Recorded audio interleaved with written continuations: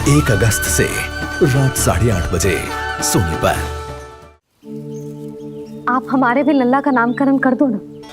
पुत्री, ये क्या कह रही हो तुम? विनती कर रही हूँ, और मेरी जे आग्रह अस्वीकार मत ही करो। आप दोनों भाइयों का नामकरण एक साथ हो जाएगा।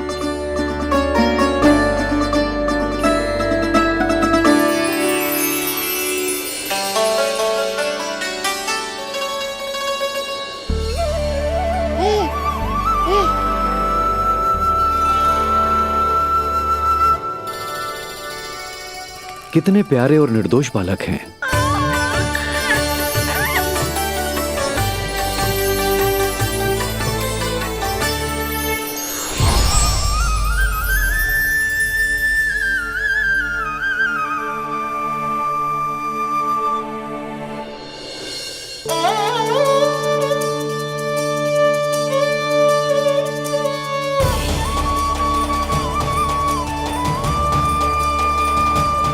इन दोनों को देखकर गुरुदेव की आंखों में आंसू क्यों आ गए?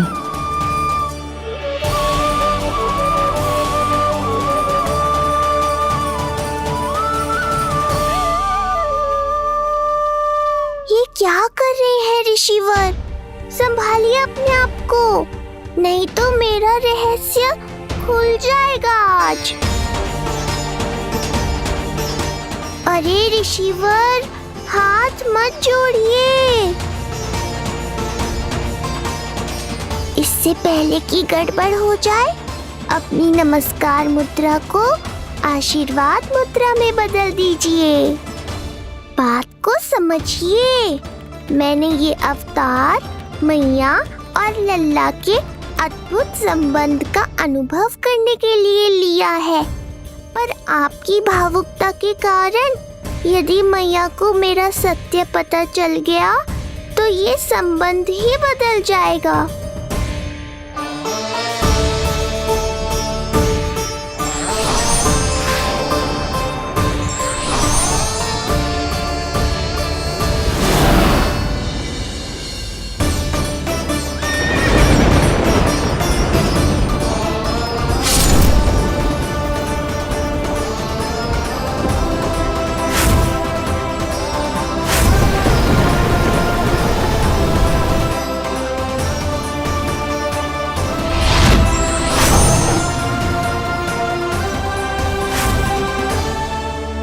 अब आप सब कुछ जान चुके हैं ऋषिवर, इसलिए अब मेरे सामने हाथ जोड़कर मेरे सत्य को उजागर मत कीजिए।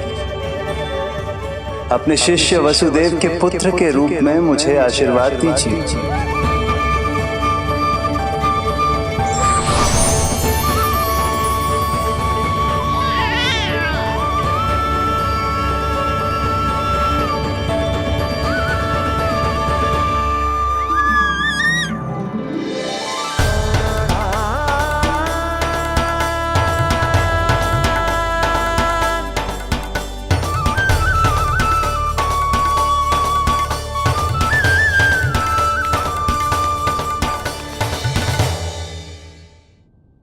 ऋषिवर, आप मौन क्यों हैं? और आपकी आंखों में आंसू? सब कुछ ठीक है ना? अब तो आप हमारे लल्ला का नामकरण करोगे ना? इन दोनों का नामकरण करना मेरा सौभाग्य होगा पुत्री।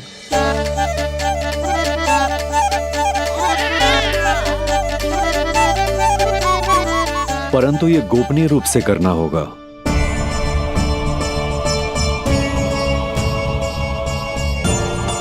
अवश्य ही स्वामी का आग्रह होगा, ताकि कंस की बुरी दृष्टि हमारे पुत्र पर ना पड़े।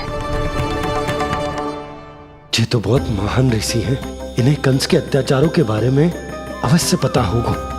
अपनी संतान का नामकरण संस्कार करना एक मां के लिए उत्सव से कम नहीं होता है, पर यह छुपकर करना होगा। आप दोनों को स्वीकार तो है ना? जैसी आपकी आज्ञा गुरुदेव। स्वीकार है गुरुदेव। तो फिर कहाँ करना है हमें नामकरण का प्रबंध? गुरुदेव, मंदिर सही रहेगा? उससे पवित्र स्थान तो हो ही नहीं सकता है। ऋषिवर, आप तनिक विश्राम कीजिए, हम लोग प्रबंध करते हैं। मैं कुछ समय इन बालकों के साथ व्यतीत करना चाहूंगा।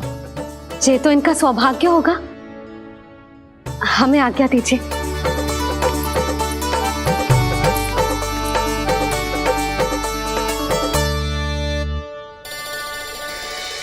प्रभु, स्वयं भगवान होकर भी आपको बंदी गृह में जन्म लेना पड़ा। अब अपनी मां को छोड़कर दूसरी मां के यहां पलना पड़ रहा है। जब से गोकुल आए हैं, छुप छुप कर रहना पड़ रहा है। इतनी नन्ही सी अवस्था में दुष्ट कंस के कितने ही आक्रमणों का सामना कर चुके हैं आप। और जिस उत्सव में सभी सप्तऋषियों और सभी देवी देवताओं को साक्षी बनकर आना चाहिए, उस नामकरण उत्सव को यहां एकांत में करना पड़ रहा है। क्यों प्रभु, इतने कष्टों को सहकर ये अवतार क्यों लिया है आपने? दुष्टों का नाश करने के लिए, धर्म की स्थापना करने के लिए और सबसे अधिक मैया की ममता का अनुभव करने के लिए। पर इसके लिए इतने कष्ट? मानव जीवन लिया है तो कष्ट तो उठाने ही पड़ेंगे ऋषिवर। मानव जीवन की आंच जला रही है, फिर भी आप मुस्कुरा रहे हैं प्रभु। ये कैसा अनोखा अवतार है। आंच में जलकर भी यदि मैं नहीं मुस्कुराऊंगा तो अपने भक्तों को क्या शिक्षा दूंगा मैं? आज एक कंस का प्रकोप है, भविष्य में सहस्रों कंस होंगे और आने वाले युगों में होंगे अनगिनत कंस। उस समय मेरे भक्तों को पता होना चाहिए कि अपने कष्टों को कैसे सहना है और धर्म के पथ पर अडिग कैसे रहना है।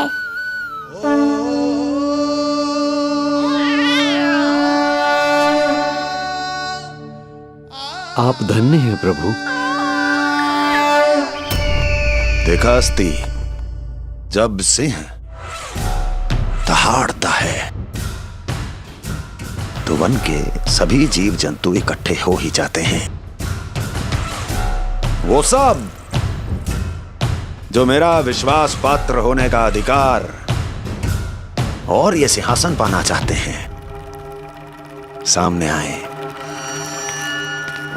बुद्धि के बिना बल अपंग होता है महाराज, और मेरे पास बुद्धि और बल दोनों हैं। आप केवल आदेश दीजिए किसका संहार करना है।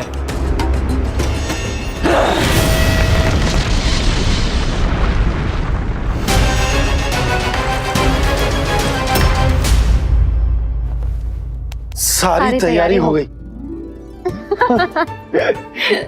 बोलो।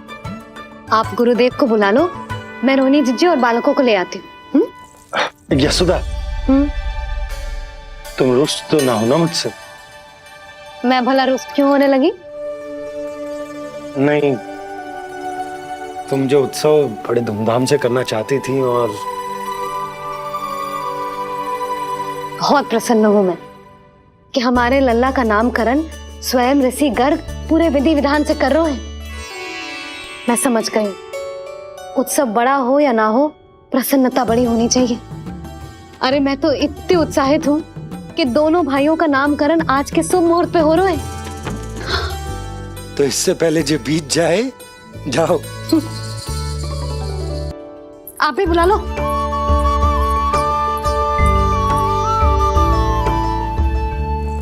यहाँ सब के सब एक से बढ़कर एक है, तो फिर अपने कार्य के लिए किसका चुनाव सबसे पहले करूं? मेरा सामर्थ्य तो आपने अभी तक देखा ही नहीं महाराज।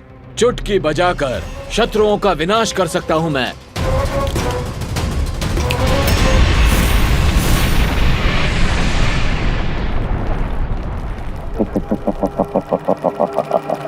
वाह! किंतु आपने तो बताया ही नहीं कि करना क्या है।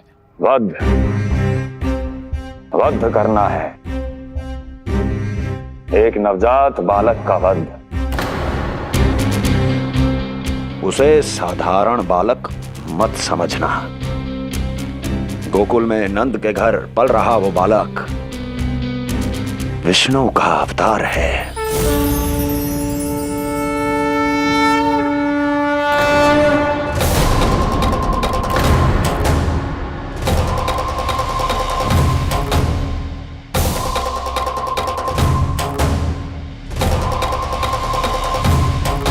क्या हुआ?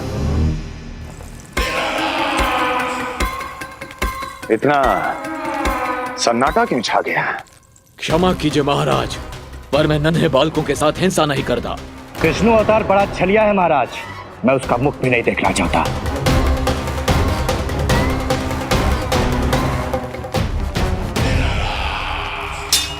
जाने दो इन्हें। वैसे भी इस सिंहासन के लिए मुझे कायरों की कोई आवश्यकता नहीं। जाने दो।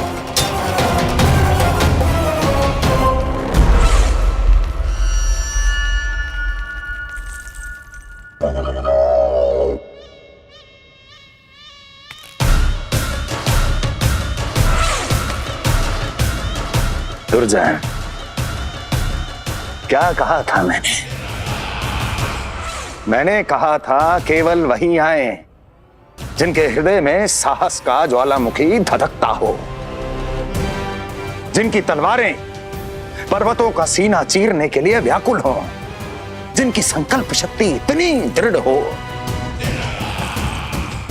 कि वो मृत्यु से टक्कर ले जाएं। वही होगा इस सिंहासन का असली अधिकारी। महाराज,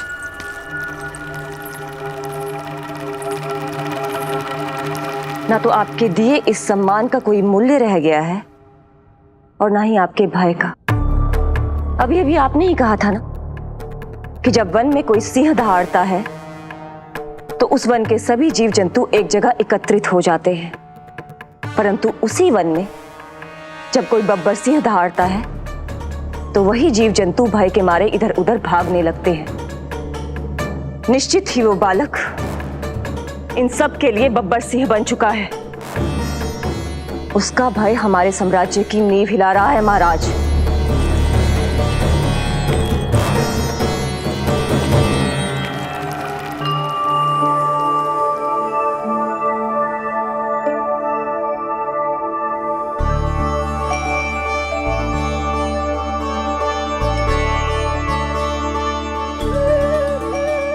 हे नारायण, मेरा मार्गदर्शन कीजिए।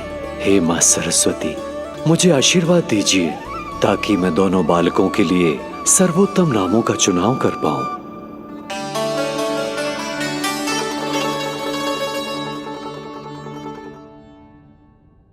आपके पुत्र को बड़े भाई के कर्तव्य का निर्वाह करना है और इस दायित्व को प्रभु श्री राम से अच्छा किसने निभाया है? जैसा अटूट संबंध उनका अपने भाइयों के साथ था, मैं श्री नारायण से प्रार्थना करता हूं कि वैसा ही प्रेमपूर्ण संबंध इसका भी अपने छोटे भाई के साथ हो।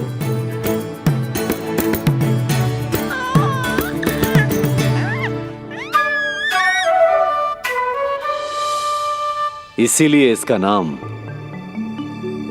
राम हो। इसीलिए इसका नाम राम, इसीलिए इसका नाम राम।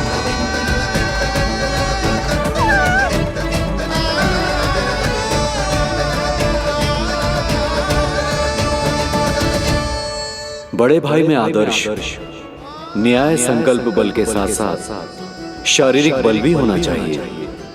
मैं देख पा रहा हूं ये बालक इन सब बलों के लिए जाना जाएगा। इसलिए जो नाम इसके व्यक्तित्व के लिए सबसे उचित है वो है बलराम। बलराम, बलराम।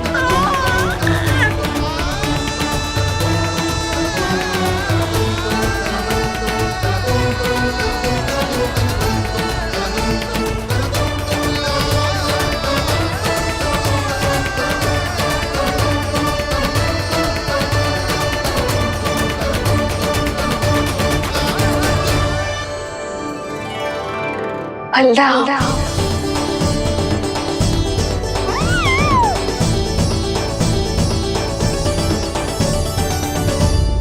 तो फिर उसका नाम बल राम रखना।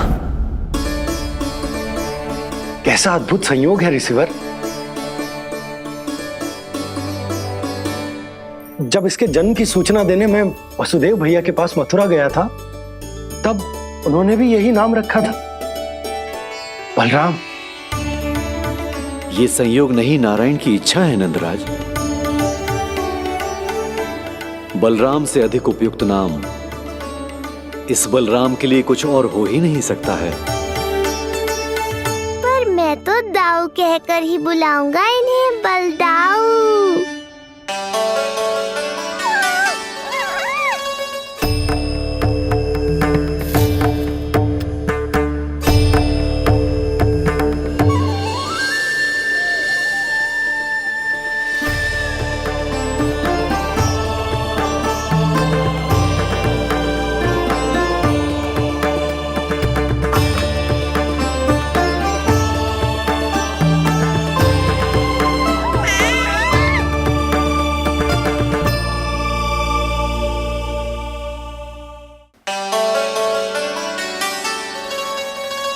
सुना पुत्र, आज से तुम्हारा नाम होगा बलराम।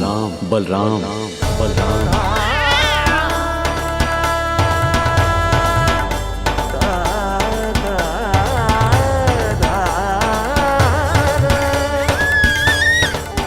गुरुदेव, कितना अद्भुत नाम दियो है आपने इसे।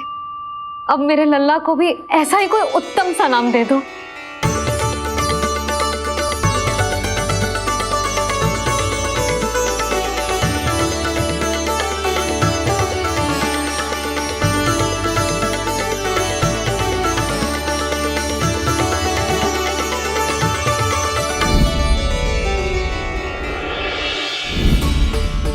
ये कठिन दायित्व आपने ही मुझे सौंपा है प्रभु। इसे निभाने की क्षमता भी आप ही दीजिए।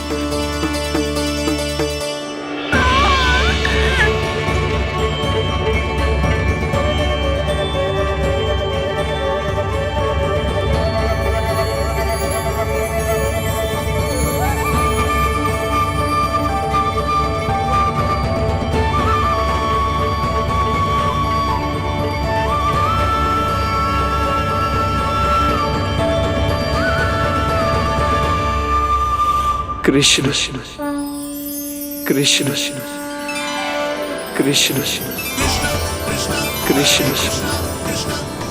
कृष्ण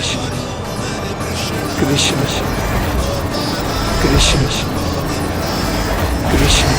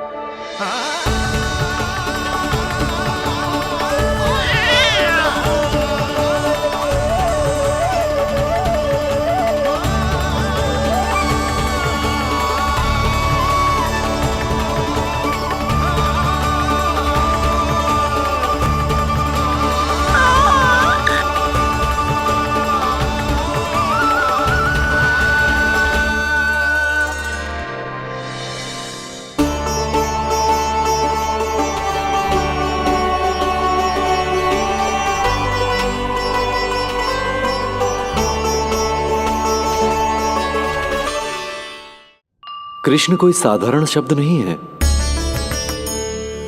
ये अनेक विशेषताओं से भरा हुआ है। क बना है कमलकांत से, अर्थात वो जो श्रीपति विष्णु जैसा हो।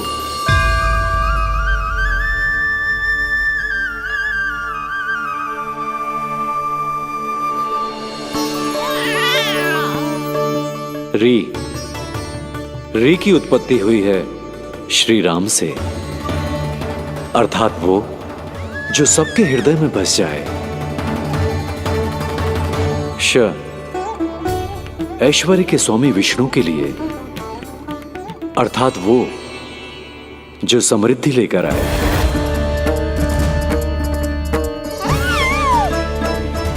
और ना है नरसिंह के लिए, अर्थात वो जो रक्षा करे। और अंत में आकार की मात्रा सूचक है अग्निदेव का, अर्थात वो जो स्वयं तप कर सबको पवित्र कर दे।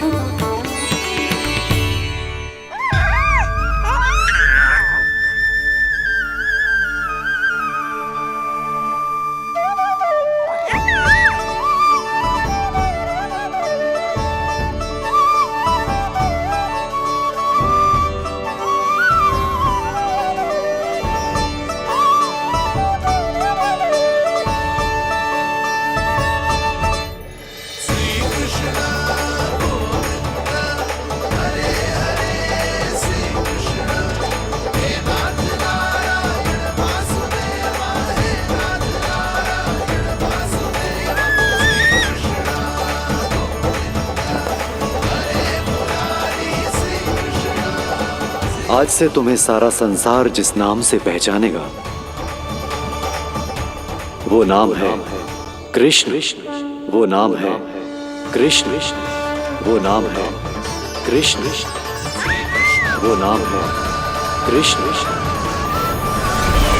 कृष्ण कृष्ण कृष्ण कृष्ण कृष्ण कृष्ण कृष्ण कृष्ण कृष्ण कृष्ण कृष्ण कृष्ण कृष्ण।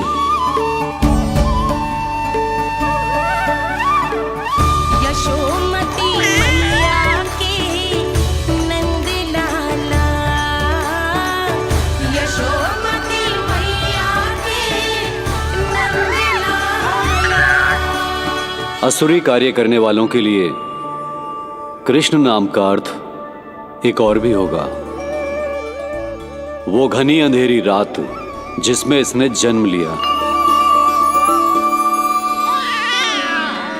पर इससे जो प्रेम करते हैं उन सभी के लिए कृष्ण नाम का अर्थ होगा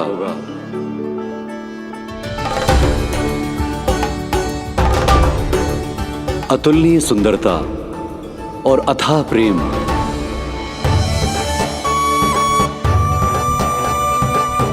इन दोनों विशेषताओं का साक्षात स्वरूप होगा ये कृष्ण।